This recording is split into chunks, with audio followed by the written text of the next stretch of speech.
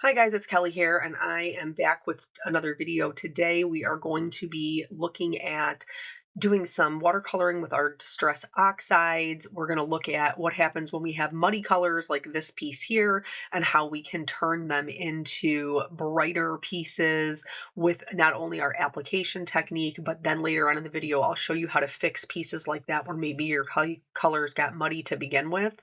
That card right there is the same one. So we're going to start by making the muddy colors. So first things first is sometimes your application. I love to do a little bit of like dipping my watercolor cardstock into my colors. But what can happen when you do that, when you do like an ink smushing technique, is if you keep going, or if you have colors that are complementary colors, the more that you're adding on top of each, like dipping it in, the muddier that it gets. And it becomes where the colors are mixing together and they're not staying separate. And so they're not staying vibrant. So here, I'm just going to take a second and dry this down so you can see what it looks like. And you can see, especially down in that like bottom and then the like the left-hand side, lots and lots of kind of like brown muddiness there. So how can we fix that? First and foremost, the easiest way to do that is to change your technique. So how we're gonna use the same colors. I'm using wilted violet, picked raspberry, mustard seed, and peacock feathers. And so the first way, we kind of like smush it down onto our glass mat and then picked it up that way. This time around, we're going to wet our whole paper. I'm using a 1-inch flat brush, but you could also just use a water bottle and just spray it down. And then from here, I'm going to think about my color placement. So I do like to work in threes. So I put down the peacock feathers, and then I'm going to put colors next to it that I know will work well together. So the peacock feathers is going to work well with the yellow because when they mix, they'll make green. The pink is going to work well with the yellow because when they mix, they'll make orange. Now you'll see that even though purple and yellow are complementary colors and pink and it's actually lime green, but anyway, yellow green, even though they're complementary colors, what you don't see me doing here is mixing them. I'm putting them down and then I'm just leaving them to let the water do the work. This will allow them to kind of blend on their own right at the edges, and it's not going to be me mixing them up and creating kind of like those muddy colors where the two complementary colors mix together. So even though we are using the same colors, we are paying attention again to where they sit next to each other. And, sometimes you might need a buffer color, which is fine. So if like you have a purple and a yellow next to each other, put a pink in between it. That's a buffer color. That's going to work really well. A teal and a pink might not work the best next to each other. Put a purple in between it. That will act as a buffer color.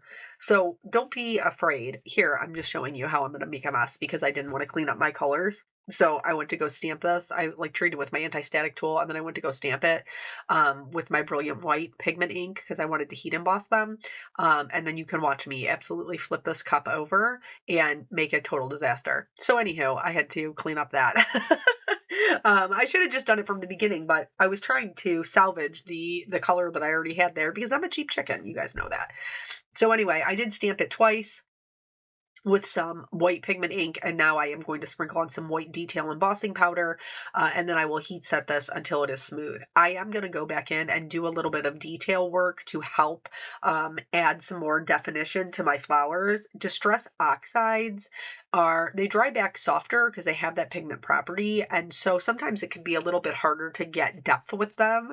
But that doesn't mean that you can't at all. It just means that you have to readjust your expectations because they don't necessarily perform the same way as distress inks do, or other dye inks, or even regular watercolors. But I will tell you, they're nice and easy to work with, so sometimes that's absolutely worth the swap out, right? So here I wet my leaves, and then I'm going in and I'm picking up some color from my palette, which I had to create anew based on my mess. And then I'm just dropping the color in there. I'm kind of dropping it where I want it to be the darkest. You can absolutely do these, like you could just pick to add like the teal to the leaves and then the pink or the purple or whatever to the flowers. I'm trying to stay pretty true to what the background is. So if I see some yellow in the background and there's some teal in the background, then that's what I'm adding to the leaf, and I'm letting it kind of mix and do its thing. This is darker. It's substantially darker when it's wet, but it will dry back. It's still going to give us nice amount of definition. And then most of the time with watercolors, you can't work next to two areas that are like, you don't want two areas that are wet next to each other because they'll run into each other. Because we're using an emboss resist, we've heat embossed our image. We can do two areas next to each other because it almost creates like a little dam to keep the water out of one section so that the pigment doesn't flow from one to the other. So here you can see me, I've sped this up quite a bit, where I'm doing larger swatches. And I can only do that because it's embossed. If they had just stamped this, you would definitely not want to do that. It would ruin the integrity of each petal. So here I'm just, like I said, going in, I'm adding some different colors. This is the only exception that I made. I wanted the centers to have some yellow in there. And so I did wet that down and then add a little bit of yellow. If you have ink that like pools on top of your heat embossing, you can always go in with a clean, damp brush and just swipe over top of it and it'll absorb that excess ink, just so you can kind of clean it out of there. This was really like, this came together pretty quickly. I know that watching it back, and I do leave it all in. I mean, just because I want you to be able to see in case you have any questions. But you could see like how some of the areas where maybe they might not be mixing as well. Especially like for the pink and the teal, where I'm bringing in kind of those buffer colors, and you'll see the same thing here on this larger flower down here. There's a lot of purple that's in there, and I want to bring in that yellow, so I'm going to have to use that pink to kind of buffer in between the two colors. I am going to show you, so eventually that piece that we did at the beginning where things got super muddy, I am going to show you how I fixed that to turn it into a card, though I did not show you the entirety of the card. Here's where I'm bringing in that pink right there. I didn't show you the entirety of the card. Truthfully, I don't really love the way that the card came out.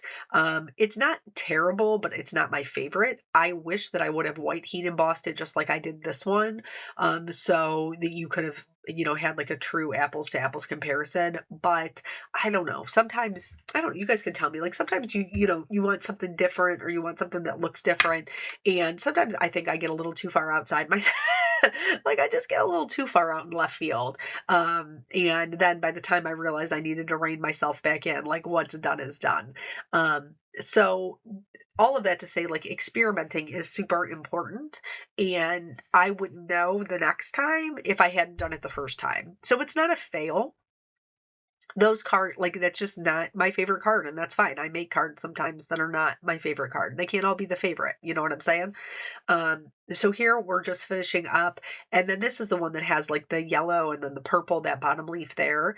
And so I'm being very conscientious of how I'm letting them meet each other, and I'm keeping that purple to the outside edge using some pink I brought into the middle.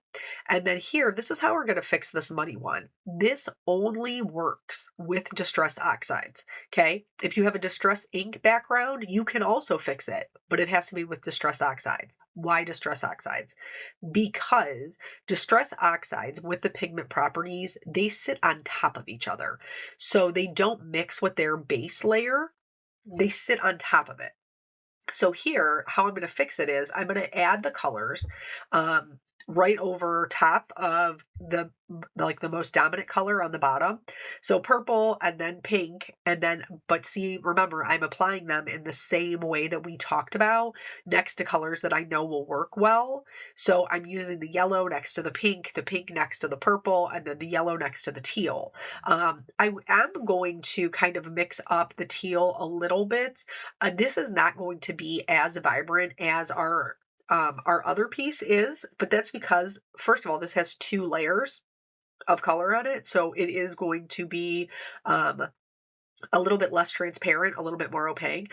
But then also it does have that kind of muddier base underneath it. And while the oxides with the pigment properties will sit on top of each other, they are not completely opaque. They're not acrylic paints. So, um, you will be able to see a little bit of that base kind of showing through the bottom. And I'm being very careful not to kind of overwork it. Um, and I have to reel myself back. Like, I can see what I'm doing here, and I'm kind of going in and continually adding stuff. If you have colors that aren't mixing, you can do kind of like a little bit of spatter if you have enough water down, and it will help them. And eventually, I just have to cut myself off. I just have to walk away. But uh, if you have some mixes that you don't like, you can go in here. I'm just going with a paper towel and kind of blotting them up to make them a little bit lighter. And then I'm just going to go ahead. I'm going to wipe off the edges, and then I will go ahead and dry this. And I'll show you a side by side comparison of what it looked like beforehand, before we did that second layer. And so this is the second layer of the Distress ink oxide. So look at how muddy it was on the left and how bright it looks on the right. And then I did go ahead and stamp it in black. I love, love a contrast, and I love a bright color with black. So for this one, I am going to go in with my black Copic marker, and I'm going to die cut this out. So I'm really just kind of going around the areas that won't die cut out so that I can put them onto a black cardstock and have that bright, vibrant watercolor really stand out. You can color heat embossing with alcohol markers. So be careful to not get it onto your white. If you do, just go in with a colorless blender, swipe it over, scribble it off on a black sheet or a scrap sheet of cardstock, and then go in and swipe it again. You don't want to scrub it back and forth because you can damage your embossing, but if you just swipe it and then clean off your brush or clean off your marker tip, swipe it and then clean off your marker tip, you can get it up. And I don't have to do the whole thing either because my plan is to die cut it out. For the sentiments, I don't even say what I was using. This set is the Sending Summer Smiles, which is one of my illustrations with honeybee stamps. But you can use this for any stamp at all.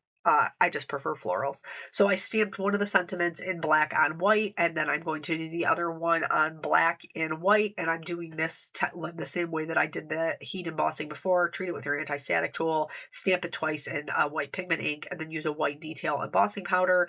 I went ahead and heat set that, and then I'm going to cut it out with its coordinating dies. I'm also going to, I always try to make sure I have all my die cutting lined up because it's just not my favorite. You know what I'm saying? And then I'm going to go ahead and cut out my florals as well. And then you guys probably saw me do this in the other video. I love a frame.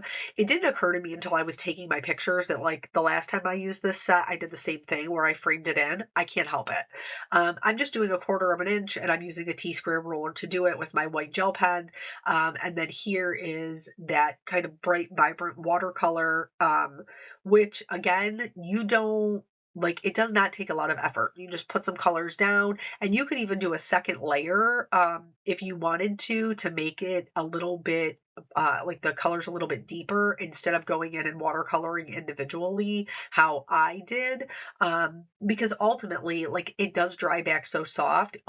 You could also do the base layer and then add your shading with colored pencils or alcohol markers, like whatever works for you.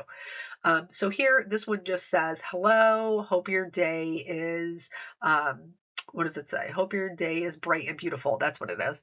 And then I'm just going to add a couple of, this is the rainbow rhinestones from Honeybee Stamps. And I'm just going to accent that, accent, what? Why can't I talk? Accent. Oh my gosh, guys, it's a day.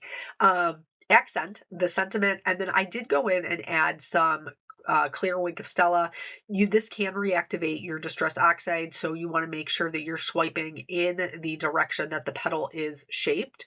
And this is just to add some extra shimmer, which hopefully that you can see. I know sometimes the camera light doesn't always get it, but I do think that it's well worth it to take the time to add it. And then that is the whole card there. And then here's the one where we fixed the muddiness. I think, while I don't love the way that the final card came out, I think the colors are still really beautiful. So I hope this helps you fix your muddy colors in your card. Thank you guys so much for joining me. I always appreciate your time, and I'll catch you on the next video. Bye.